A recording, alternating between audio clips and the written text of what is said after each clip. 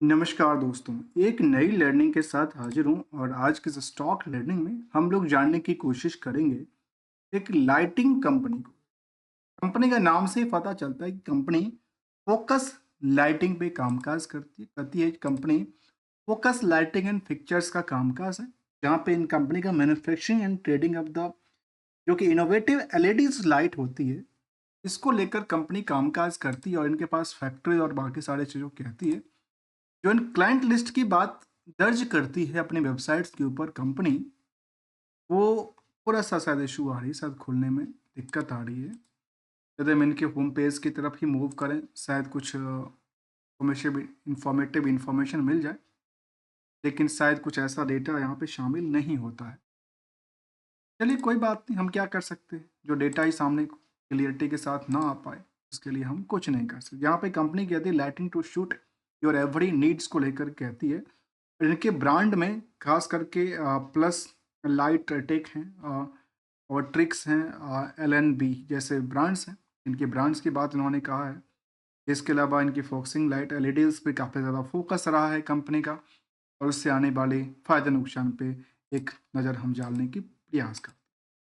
इनसे कितने फ़ायदे आते हैं, कितने नुकसान आते हैं और फंडामेंटल स्ट्रेटजी क्या कहती है। जहाँ पे आप चार्ट लेवल को देखेंगे, तो ये कह सकते हैं यहाँ पे कंपनी की स्टॉक में लगातार डिमांड में गिरावट दर्ज की। क्या है? डिमांड में गिरावट थी और पिछले कुछ दिनों से मार्केट दोबारा रिएक्शन के मोड में बनती नजर आती है, जो कि ओवरऑल पिछले एक साल में 36% से ज़्यादा की वैल्यूएशन टूट चुकी।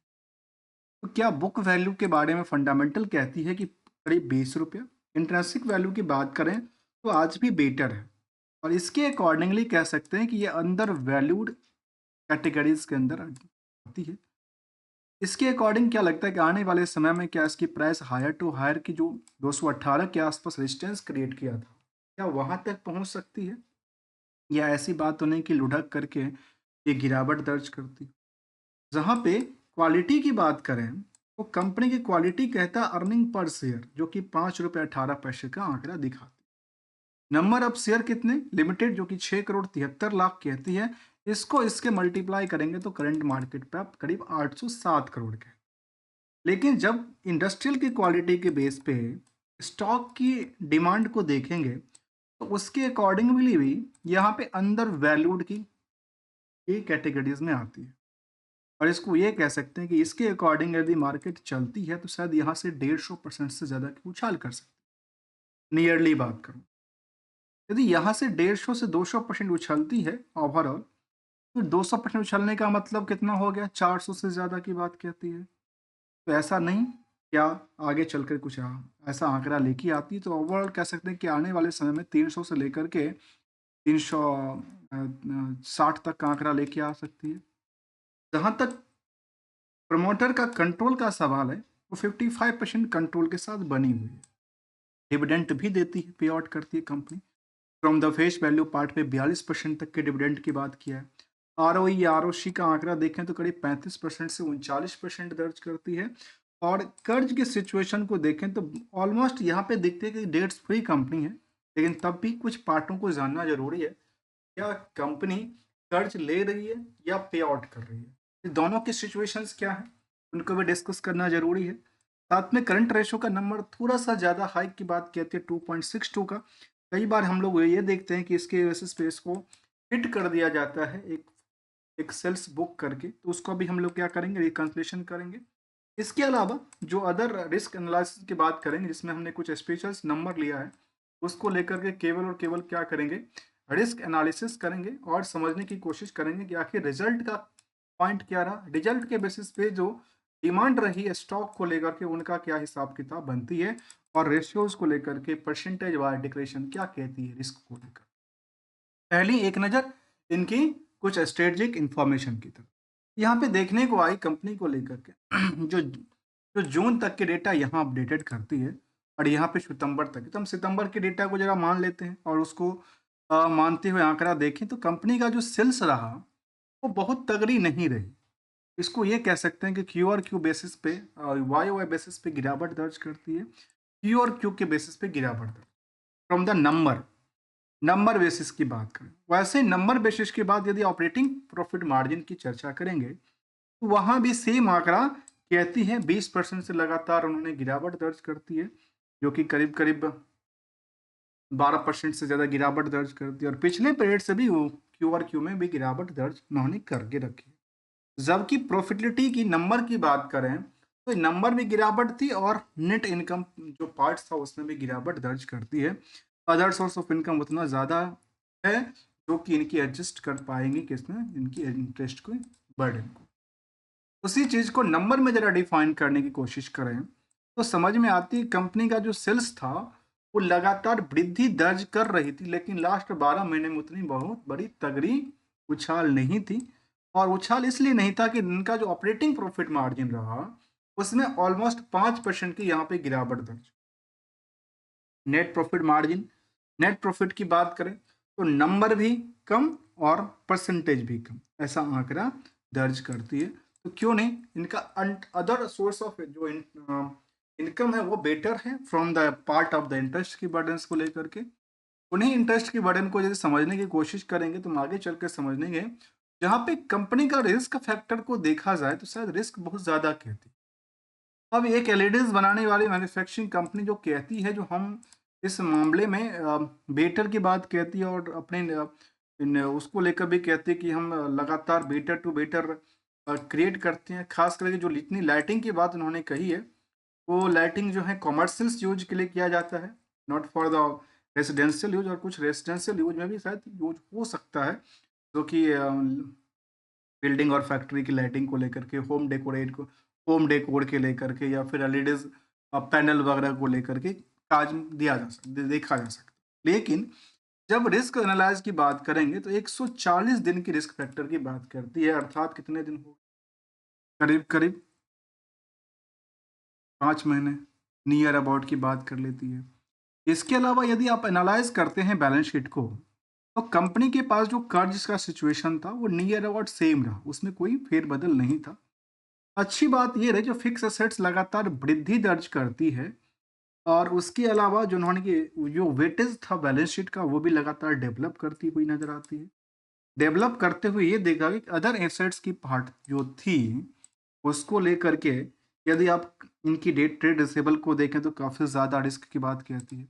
अर्थात सोचने वाली बात है, जो कंपनी में पूरे के पूरे मार्केट कैप 807 करोड़ का, इतने का, और 102 करोड़ का मार्केट में क्या था, उधार फंसी हुई थी। यदि इनको प्रॉफिटेबिलिटी बेसिस पे देखा जाए तो कहाँ 34 करोड़, कहाँ 102 करोड़। तो इसीलिए हमने इसको रिस्क एनालाइज किया और समझने की कोशिश किया जो आखिर कंपनी अपनी बिजनेस में कितनी परसेंट रिस्क के साथ कारोबार करती है। तो देखा गया कि नेट इनकम मार्जिन जो रही कंपनी का, जिसमें कि including the other source of income also, 15% कमाती है, ले जाती है। जबकि डेटर्स पार्ट इनका 47% पड़ा रह जाता है।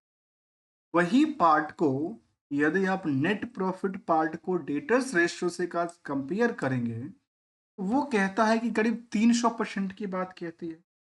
मतलब आपने 1 रुपये कमा प्रॉफिट कमाई, और 3 रुपये आपके मार्केट में अभी भी जमा पूंजी पड़ा हुआ है।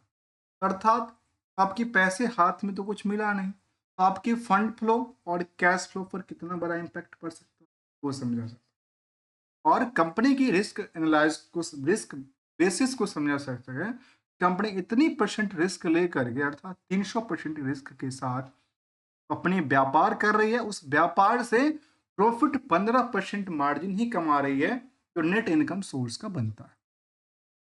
जबकि ईयरली ग्रोथ की तरफ यदि हम परफॉर्मेंस को देखें तो शायद ये दिखती है जो कंपनी के पास जो प्रॉफिटेबिलिटी सेल्स का आंकड़ा था उसमें कई बार कुछ गिरावट दर्ज कर, प्रॉफिटेबिलिटी में गिरावट दर्ज करती है, स्टॉक प्राइस में कुछ दिनों से लगातार टूटती जाती है।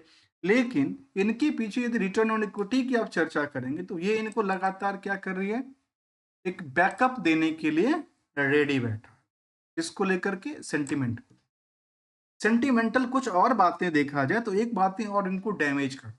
यहाँ 807 करोड़ की मार्केट कैप वाली कंपनी में एफ आई और डी आई की 1 रुपए की हिस्सेदारी नहीं कहती।